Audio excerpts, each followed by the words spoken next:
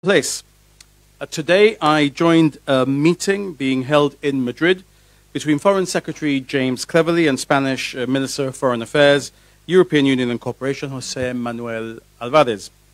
I joined via a video link from Gibraltar for the part of the meeting that related to issues pertaining to the United Kingdom and the European Union's negotiation in respect of a treaty relating to Gibraltar. During the course of the meeting, we all confirmed our shared objective of achieving the agreement of a UK-EU treaty in respect of Gibraltar based on the December 2020 New Year's Eve Framework Agreement. We reflected on the excellent progress made so far in discussions between the United Kingdom of the one part and the European Union of the other part, as well as the very positive outcome of related discussions between the United Kingdom, Spain and Gibraltar for implementation of the proposed UK-EU treaty.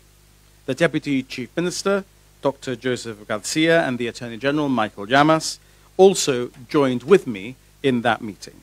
The Attorney has himself just returned from the most recent round of UK-EU talks in Brussels, which the Deputy Chief Minister and I also attended virtually. During the course of the meeting this afternoon, I reiterated the view of His Majesty's Government of Gibraltar that a UK-EU treaty can promote unprecedented economic growth in Gibraltar and in the region of the Campo de Gibraltar, generating unparalleled wealth for people on both sides of the frontier. I highlighted work being undertaken by us on how to further develop Gibraltar's economy in light of the potential UK-EU treaty and the potential positive effect on the whole of the Campo also. I also took the opportunity to thank Foreign Secretary Cleverly and Foreign Minister Álvarez for their continued commitment to the process of seeking agreement. And I also confirmed the very strong commitment also of His Majesty's Government of Gibraltar to continue negotiating to a final and successful conclusion of a beneficial, safe and secure UK-EU treaty in relation to Gibraltar as early as possible, indeed as early as possible in the new year. I also welcomed the excellent negotiating dynamic that was developing in the process of seeking to achieve comprehensive agreement, and said that I hoped that it would lead to less misunderstandings in future, as well as potentially resolving both long-standing issues and new problems that arise as a result of the United Kingdom's departure from the European Union. Areas of disagreement nonetheless still remain. Indeed, to seasoned observers of issues relating to Gibraltar, Spain and the United Kingdom, the words used by Foreign Minister Álvarez in some respects in his presentation after our very positive meeting would belie those disagreements. Gibraltar has, in the past, already rejected the concept of joint use of the airport, but we continue committed to the principle of enhanced use of the airport for the benefit of all those around us. The government of Gibraltar that I lead would not countenance any discrimination against any individual or worker, in particular pensioners. There are no such discriminations in Gibraltar, and community care is misunderstood by those who believe that it leads to any discriminations. Although in 1987 and in 2006 agreements were reached in relation to joint and then enhanced use of Gibraltar Airport, those agreements have not come into material effect. We must continue to work harder to ensure that we find routes through disagreement into an agreement that would work for everyone. Indeed, one of the things on which we are not disagreed is the structure of the relationship that Gibraltar will have with Schengen, because this is not an area of dispute, despite some recent ill-informed comment in the region. Despite the fact that there are areas where we continue to have disagreement, we have now many more areas of agreement. And so therefore, if we can agree, Gibraltar is ready now to do a safe, secure and beneficial agreement. But it must be safe, secure and beneficial. I have spent now 10% of my adult life negotiating post-Brexit agreements in relation to Gibraltar. I am committed to ensuring that that 10% of my life is not wasted and that we reach final, secure, safe and beneficial agreements for Gibraltar. Now I'm happy to take questions, but I would alert those of you here that we are as yet unable to provide details of the negotiation in answers to your questions.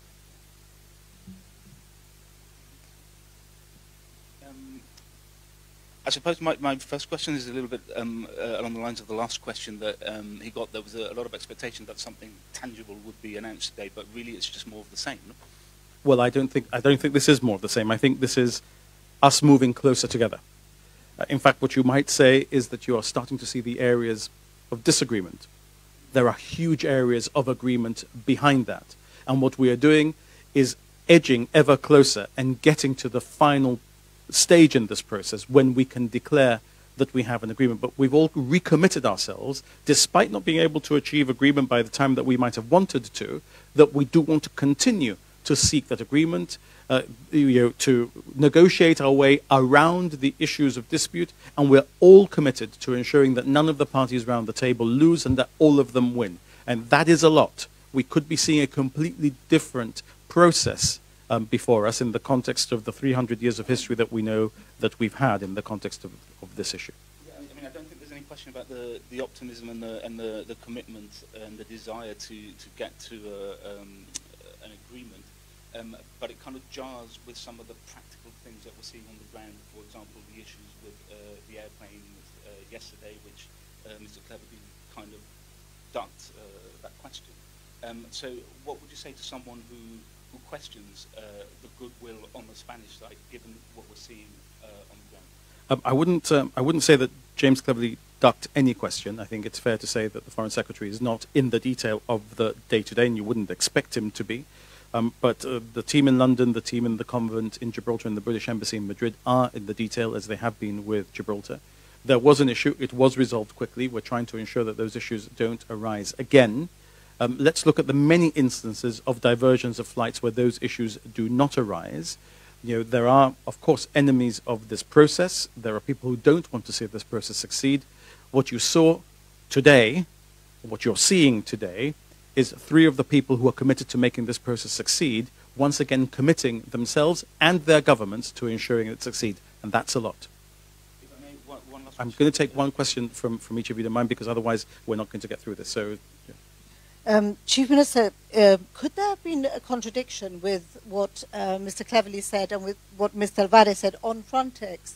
Mr. Cleverly gave the impression that Frontex, the issue is not yet resolved, and yet Mr. Alvarez said it will be respected for the initial 4 years.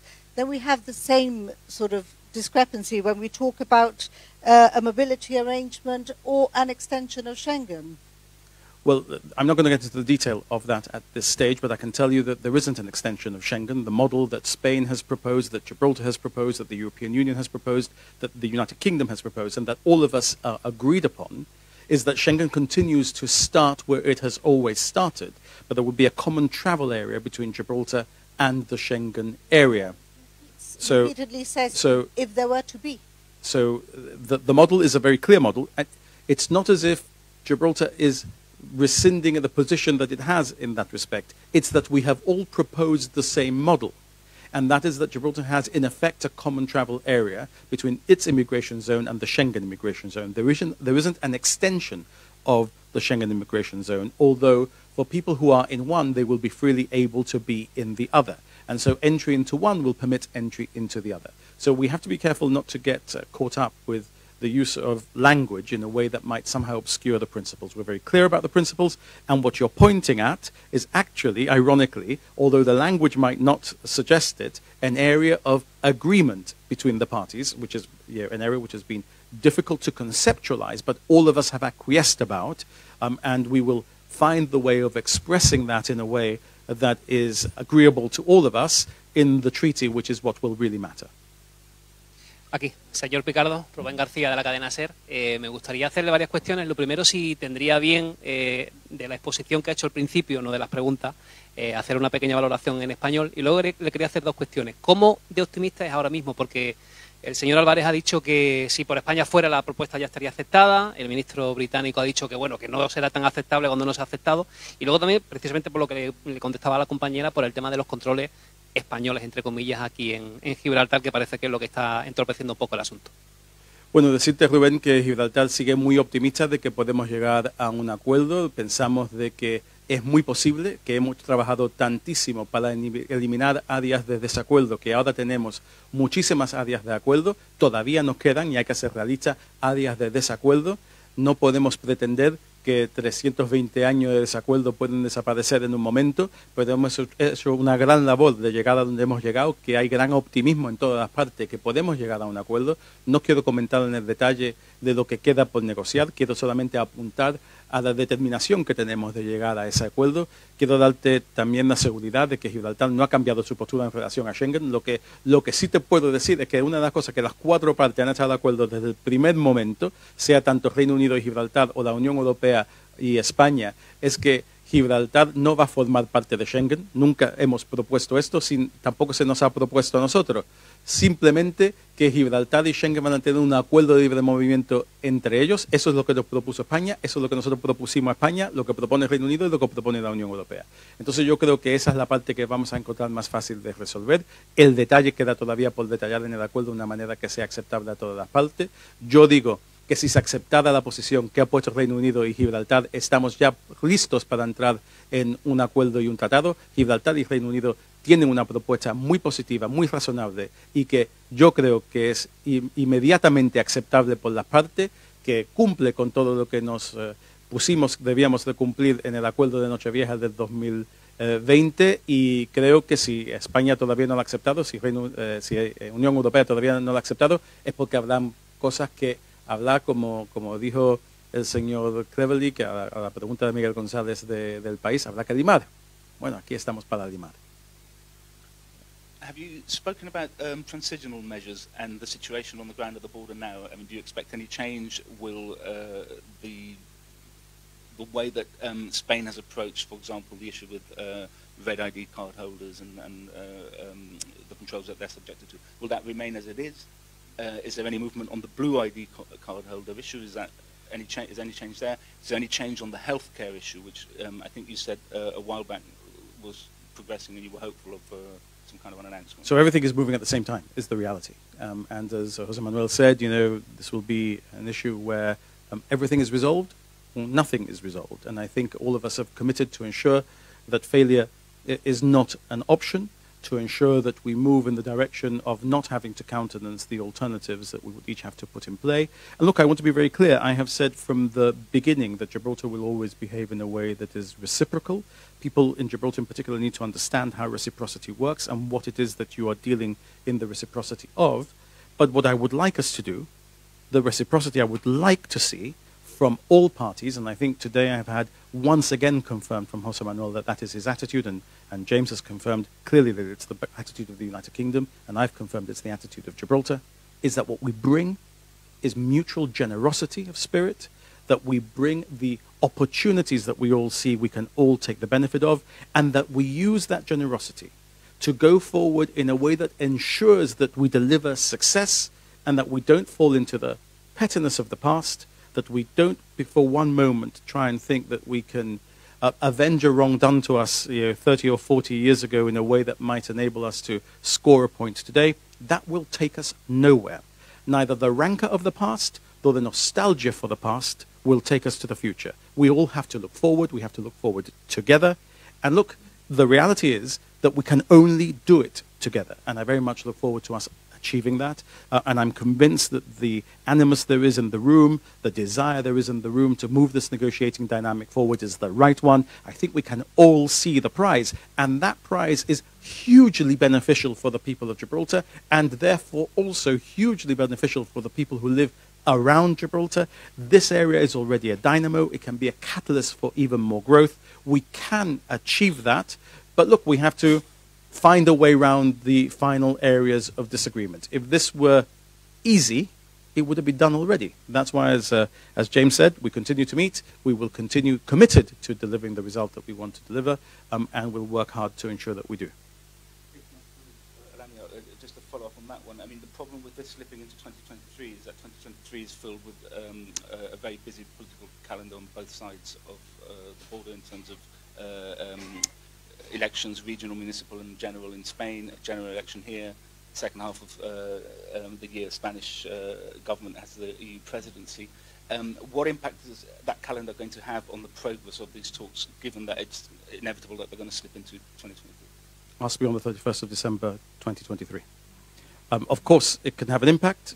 It could propel us to move more quickly. It could prevent us from doing things. None of us want to be prevented from doing things. We all want to achieve things. We must understand, of course, that we all have a political life which is as long as the lifetime of our respective parliaments.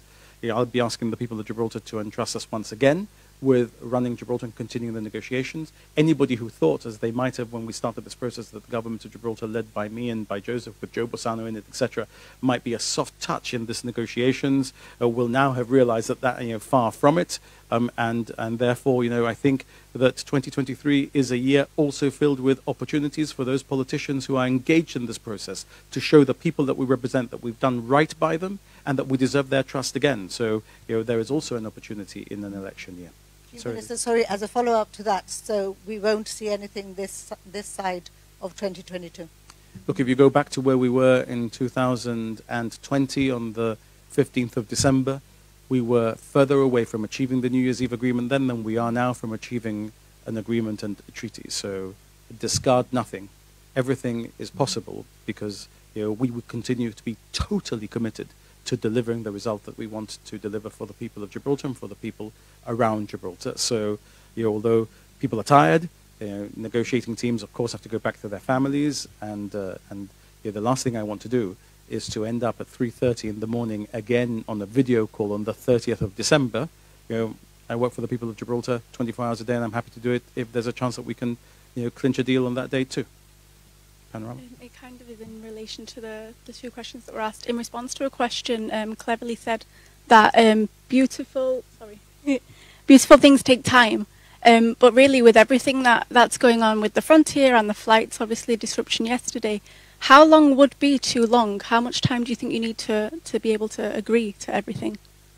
Well, look, this took 9 months, so imagine. And I'm not that beautiful, so you need more than 9 months to produce something beautiful. Let's be very clear. The government of Gibraltar, whilst I am leading it, is not going to get up off the table. I'm going to continue, and I'm not going to give up.